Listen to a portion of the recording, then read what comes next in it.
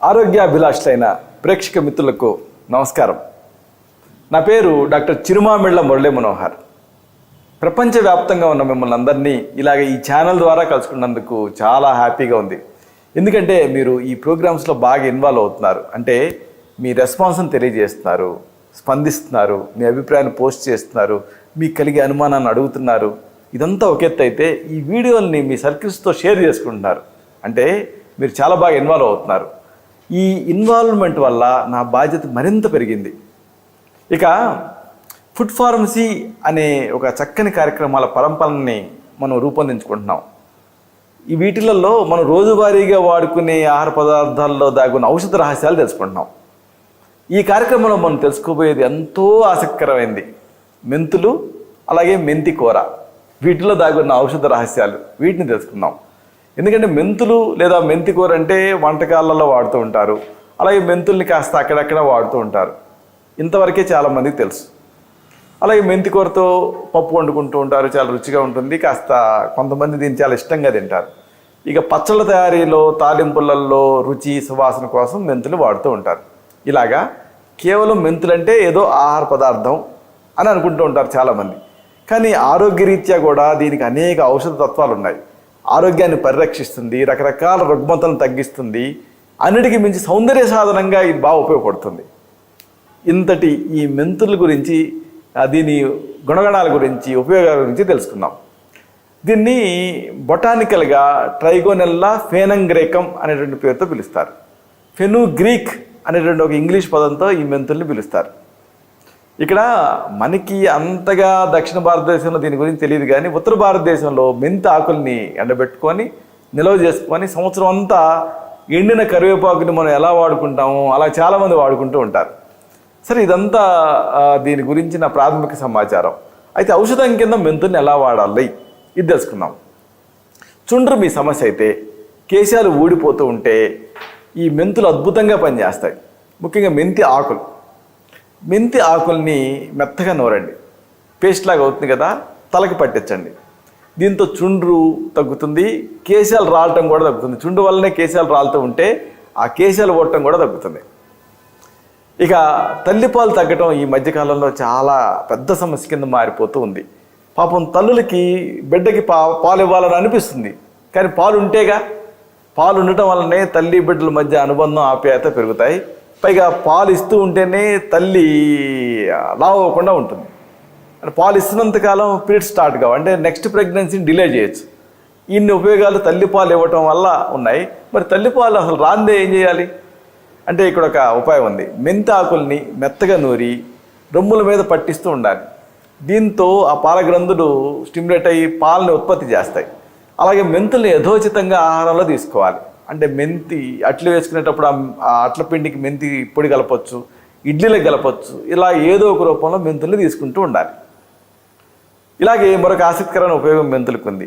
మెంతులు మొటిమల వల్ల అయ్యే మచ్చల్ని తగ్గిస్తాయి. ముఖ్యంగా మెంతి ఆకుల్ని తులసి ఆకుల్ని కలిపి నూరండి. సింపుల్ కాంబినేషన్, మెంతి ఆకులు తులసి ఆకులు, ఈ రెండింటిని కలిపి నూరి పేస్ట్లా చేసి ముఖానికి పట్టిస్తూ ఉండండి. దీంతో ముఖం పైన గుల్లలు, మొటిమలు, అలాగే నల్ల మచ్చలు ఇవన్నీ తగ్గుతాయి. మెయిన్గా ఆ బుడతలు తగ్గుతాయి. డబల్ చిన్ను, కంటి పక్కన ఇలా క్రౌ మార్క్స్, లాఫ్ లైన్స్ ఇలాంటివన్నీ తగ్గుతాయి. స్కిన్ చాలా స్మూత్గా, కాంతివంతంగా, చాలా ఫ్లవర్ ఫ్రెష్గా తయారవుతుంది. ఇదంతా ఒక ఎత్తు అయితే, మెంతుల గురించి చెప్పాల్సి వచ్చినప్పుడు మీకు ముఖ్యంగా చెప్పాల్సింది డయాబెటీస్ గురించి. డయాబెటీస్ని అంటే మధుమేహాన్ని, కొలెస్ట్రాల్ని మెంతులు కంట్రోల్ చేస్తాయి. ఎలా వాడాలి? ఒక స్పూన్ మెంతుల్ని పరగడుపున తింటూ ఉండండి. అంటే సింపుల్గా నవిలి మింగేయండి. అలా మింగలేకపోతే పెరుగులో నానబెట్టి ఆ మెంతుల్ని మింగవచ్చు. లేదా మెంతుల్ని పొడి చేసుకొని మజ్జిగ, బటర్ మిల్క్ కలిపి తీసుకుంటూ ఉండొచ్చు. ఇలా చేస్తూ డైటరీ రూల్స్ అన్నీ పాటిస్తూ తగినంత ఎక్సర్సైజ్ చేస్తూ ఉంటే ఈ ప్రీ డయాబెటీస్, అలాగే ఎర్లీ డయాబెటీస్ ఇవి కంట్రోల్లోకి వచ్చేస్తాయి. పైగా మెంతుల్ని మీకు ఎస్టాబ్లిష్డ్ డయాబెటీస్ ఉన్నా సరే దీన్ని వాడుకుంటూ ఉంటే ఆ మెయిన్ మెడిసిన్స్ తాలూకు ఆ డోసులను తగ్గించేసుకోవచ్చు. వ్యాధి తీవ్రతను బట్టి రోజు ఆహారానికి ముందు 2 లేదా 3 సార్లు ఈ ఔషధాన్ని మీరు వాడుకుంటూ ఉండొచ్చు. ఈ మెంతుల్ని వాడటం వల్ల రక్తంలో కొలెస్ట్రాల్ కూడా తగ్గుతుంది. పైగా గుండె జబ్బులు కూడా దరిచారం. సరే, ఇది ఒకటి. ఇక మెంతుల గురించి చెప్పాల్సి వచ్చినప్పుడు ఈ మెంతులు చీవుగడ్డలు, రక్తపు గడ్డలను కూడా బాగా తగ్గిస్తాయి. ఎలా వాడాలంటే ముందు మెంతుల్ని నీళ్ళలో నానబెట్టండి. నానిన మెంతులు తీసుకొని మెత్తగా రుబ్బండి, పేస్ట్ లాగా అవుతుంది. దీన్ని ఆయింట్మెంట్ లాగా ఆ చీవుగడ్డల మీద పట్టించండి. దీంతో చీవుగడ్డలు, రక్తపు గడ్డలు పగులుతాయి. పక్కవైపు పగిలిపోయి చీవంతా బయటకు వచ్చి స్పాట్లో పెయిన్ నుంచి రిలీఫ్ వచ్చేస్తుంది. అలాగే కాలి పగుళ్ళు, కాళ్ళ చేతుల్లో మంటలు, ఇలాంటి వాటిని కూడా మెంతులు తగ్గిస్తాయి. చాలా ఎక్సలెంట్ మెడిసిన్ ఇది.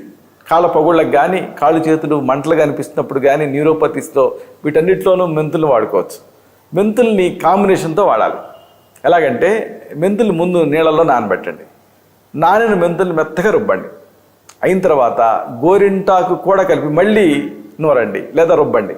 అంటే మెంతుల పేస్టు, గోరింటాకు కలిపి రుబ్బారు, అప్పుడు మీకు పేస్ట్ లాగా అవుతుంది. దీన్ని కాలి పగుళ్ళ మీద పట్టించండి. అలాగే కాళ్ళు చేతుల్లో మంటలు ఉంటే వాటి మీద పట్టించండి. దీంతో మంటలు తగ్గుతాయి. ఎందుకంటే పెరిఫరల్ న్యూరోపతిస్లో వీటిలలో చాలా బాగా పనిచేస్తుంది. ఎందుకంటే మెంతులకి ఆ గుణం ఉంది, అంటే సూదింగ్ యాక్షన్ ఉంది. గోరింటాకు కూడా ఈ వేరికోజ్ వెయిన్స్ వీటన్నిటిని తగ్గిస్తుంది. రెండింటిని మీరు వాడుకుంటే కాళ్ళ మంటలు, కాళ్ళ పగుళ్ళు ఇలాంటివి తగ్గుతాయి. ఇక ఇదంతా ఒక ఎత్తు అయితే, కొంతమందికి పొలాల్లో పనిచేసుకునేటప్పుడు ముళ్ళు గుచ్చుకుంటాయి. మామూలుగా పట్టణాల్లో వాళ్ళకి ఇది అంతగా అనుభవం ఉండదు, అంటే అసలు ఈ సమస్య అనేది ఒకటి ఉంటుందని తెలియదు. కానీ పల్లెటూళ్ళలో వాళ్ళకి బాగా ఇది ఇబ్బంది పెట్టే సమస్య, ముళ్ళు గుచ్చుకుంటాయి. ఇలాంటప్పుడు ఆ ముళ్ళు గుచ్చుకున్నప్పుడు లోపల దిగబడిపోతాయి కదా, వాటిని బయటకు తీసుకురావాలి. దానికి ఈ మెంతి అనేది మీకు ఉపయోగపడుతుంది. మెంతి పిండి, మెంతుల్ని మెత్తగా పొడి చేయండి. ఈ మెంతి పిండిని నీళ్ళతోటి కలిపి పేస్ట్లా తయారు చేయండి. కొద్దిగా వేడి చేయండి. ముళ్ళు గుచ్చుకున్న భాగంలో దీన్ని కట్టుకోండి. దీంతో ఆ భాగం మెత్తబడుతుంది. ముళ్ళు దానంతరికి అదే బయటకు వచ్చేస్తుంది. చాలా చిత్రమైనటువంటి చికిత్స ఇది ముళ్ళకి. ఇక కండరాల నొప్పులు ఇబ్బంది పెడుతూ ఉన్నా, శరీరంలో కొవ్వు చేరి అది ఏమన్నా కాంప్లికేట్ అయ్యేటటువంటి అవకాశం ఉన్నా మెంతులతో తగ్గించుకోవచ్చు. ఒక భాగం మెంతి చూడడానికి 3 భాగాలు మెంతి పిండి కలపండి. కలిపేసేసి 1/2 స్పూన్ చొప్పున ఉదయం సాయంత్రం తేనెతో కలిపి తీసుకుంటూ ఉంటే శరీరంలో కొవ్వు శాతం తగ్గుతుంది. అలాగే కీళ్ళు, కండరాల నొప్పులు తగ్గుతాయి. కాబట్టి కీళ్ళు, కండరాలు ఇలాంటి ఇబ్బంది పెడుతున్నప్పుడు ఇది ఒక మంచి మెడిసిన్. సొంటి, మెంతులు ఈ కాంబినేషన్ వాడాలి. ఒక భాగం సొంటి పొడికి 3 భాగాలు మెంతి పిండి కలపండి. ఈ కాంబినేషన్ గుర్తుపెట్టుకోండి. అల్లాన్ని ఎండబెట్టి సొంటి తయారు చేస్తారు కదా, మీరు తయారు చేసుకోలేకపోయినా పచారీ కొట్ల నుంచి తెచ్చుకోవచ్చు. ఒక భాగం సొంటి పొడి, దీనికి 3 భాగాలు మెంతి పిండి, 2 కలిపి నిల్వ చేసుకొని ఈ కాంబినేషన్ని ఒక 1/2 స్పూన్ నుంచి 1 స్పూన్ వరకు కూడా ఉదయం, మధ్యాహ్నం, రాత్రి 3 సార్లు తేనెతో కలిపి లోపలికి తీసుకుంటూ ఉండండి. దీంతో కొలెస్ట్రాల్ తగ్గుతుంది. అంతేకాకుండా కీళ్ళ నొప్పులు, కండరాల నొప్పులు కూడా తగ్గుతాయి. ఇక కిడ్నీ స్టోన్స్లో కూడా మెంతి పొడి చాలా బాగా పనిచేస్తుంది. కిడ్నీ స్టోన్స్లో మెంతి పొడిని ఎలా వాడాలి అంటే, మెంతి పొడి అలాగే నల్ల ఉలవల పొడి 2 సమంగా కలపండి. ఉదయం, మధ్యాహ్నం, రాత్రి రోజు 3 పూట్ల కూడా 1 స్పూన్ చొప్పున దీనికి తగినంత ముల్లంగి ఆకు రసం కలిపి, ఒకవేళ ముల్లంగి ఆకు రసం మీకు దొరకకపోతే మామూలుగా నేరుగా వాడేయచ్చు. దీంతో మూత్రపిండాలలో, మూత్రాశయంలో, మూత్ర కోశాల్లో తయారైన రాళ్ళు కరిగి పడిపోతాయి. అలాగే కొంతమందికి చెమట ఎక్కువ పడుతూ ఉంటుంది, శరీర దుర్గంధం ఇబ్బంది పెడుతూ ఉంటుంది. ఇలాంటప్పుడు కూడా ఈ మెంతులు ఉపయోగపడతాయి. మెంతులతో ఒక పొడి తయారు చేసుకోవాలి మీరు. మెంతులు, అలాగే నల్ల ఉలవలు, గంధ కచ్చూరాలు, కరక్కాయ పొడులు సమంగా కలపండి. ఈ 4 కాంబినేషన్ గుర్తుపెట్టుకోండి. మెంతులు, అలాగే నల్ల ఉలవలు, గంధ కచ్చూరాలు, కరక్కాయ పొడి సమంగా కలిపి దీన్ని పొడిగా తయారు చేసుకొని ఒంటికి పట్టించుకోండి. బాగా రుద్దుకోండి. తర్వాత స్నానం చేయండి. దీంతో ఎక్సెసివ్ స్వెట్టింగ్ సమస్య తగ్గుతుంది, శరీర దుర్గంధం సమస్య తగ్గుతుంది. అలాగే ఒకవేళ మీ జుట్టు రాలిపోతూ ఉంటే కుప్పలు కుప్పలుగా, ఆ చుండ్రు ఇలాంటి ఇబ్బంది పెడుతూ ఉంటే అప్పుడు కూడా ఈ మెంతులు ఉపయోగపడతాయి. మెంతులు, మినువులు, అలాగే ఉసిరి పెచ్చులు వీటిని పొడి రూపంలో తీసుకోవాలి. అంటే మెంతులు పొడి చేసుకోండి, మినువులు పొడి చేసుకోండి, ఉసిరి పెచ్చులు కూడా పొడి చేసుకోండి, కలిపేయండి. దీన్ని ఒక కప్పులో తీసుకొని ఆ పొడి మునిగేంత వరకు నిమ్మరసం పిండండి. బాగా నానబెట్టి కలిపి ఆ పేస్ట్ని తలకి పట్టించండి. ఆ తర్వాత కుంకుడు, సీకాయ ఇలాంటి వాటితో తల స్నానం చేసేయండి. దీంతో కుదులు గట్టిపడతాయి, కేశాలు రావటం అనే సమస్య తగ్గుతుంది. కేశాలు చాలా మృదువుగా, షైనీగా, సిల్కీగా పెరుగుతాయి. ఇక మరొకటి, మహిళల్లో కొంతమందికి స్కాంటీ మెన్సెస్ ఇబ్బంది పెడుతూ ఉంటుంది, ఋతుస్రావం తగ్గిపోతుంది. అంటే మెన్స్ట్రువల్ బ్లీడింగ్ బాగుంటే ఆరోగ్యంగా ఉంటారు. తక్కువ ఉన్నప్పుడు లోపల లోపల బరువుగా అనీజీగా ఉంటుంది. ఇలాంటప్పుడు ఈ స్కాంటీ పీరియడ్స్లో తిరిగి మెన్స్ట్రువల్ ఫ్లోని ఇంప్రూవ్ చేయడానికి మెంతులు ఉపయోగపడతాయి. ఎలా అంటే వాము, మెంతులు, నల్ల నువ్వులు సమంగా కలిపి ఉంచుకోండి. పొడుల్ని వాము పొడి, మెంతుల పొడి, నువ్వుల పొడి సమంగా కలిపి ఉంచుకొని ఈ కాంబినేషన్ని, ఈ మిశ్రమాన్ని పూటకి 2 స్పూన్ల వంతున దీన్ని నీళ్ళకి వేసి మరిగించి, అంటే 2 గ్లాసులు నీళ్ళకి వేసి మరిగించి పావు వంతు మిగలాలి కషాయం. చల్లార్చి వడగొట్టుకొని దీన్ని ఉదయం సాయంత్రం లోపలికి తాగుతూ ఉంటే మెన్సెస్ ఫ్రీగా నడుస్తుంది. ఇక కొంతమందికి మెంతులు తీసుకోవడం వల్ల ఇబ్బందిగా ఉంటుంది.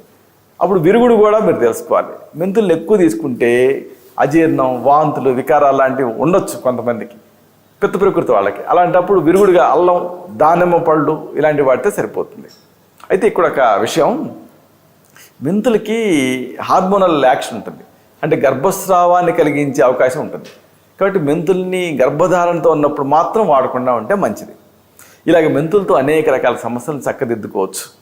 అయితే ఇప్పుడు మనం చెప్పుకున్నవన్నీ ప్రథమ చికిత్సలు, గృహ చికిత్సలు. ఒక్కొక్కసారి ఈ సమస్యలు ఈ గృహ చికిత్సల స్థాయిని మించి ఇబ్బంది పెడుతూ ఉంటాయి. అలాంటప్పుడు మిమ్మల్ని వ్యక్తిగతంగా పరీక్ష చేయాలి. అంటే మీ నాడి చూడాలి, మీ తత్వాన్ని పరీక్ష చేయాలి. మీకు మాత్రమే ప్రత్యేకమైన ఆయుర్వేద ఔషధాలు ఉంటాయి. వీటిని తగిన అనుపాన సాపానాలతో ప్రిస్క్రైబ్ చేయాల్సి ఉంటుంది. అప్పుడు ఈ సమస్యని పూర్తిగా తగ్గించుకోవచ్చు. ఇలాంటి మరొక ఆసక్తికరమైన విషయాన్ని తిరిగి ఇదే కార్యక్రమాల పరంపరలో మనం కలుసుకున్నప్పుడు సవివరంగా, సహేతుకంగా, సమగ్రంగా తెలుసుకుందాం. శతం జీవ శరదో వర్ధమానః, శతం హేమంతాన్ శతం వసంతాన్. 100 శరత్తులు, 100 హేమంతాలు, 100 వసంతాలు వర్ధిల్లుతూ జీవించండి. శుభం.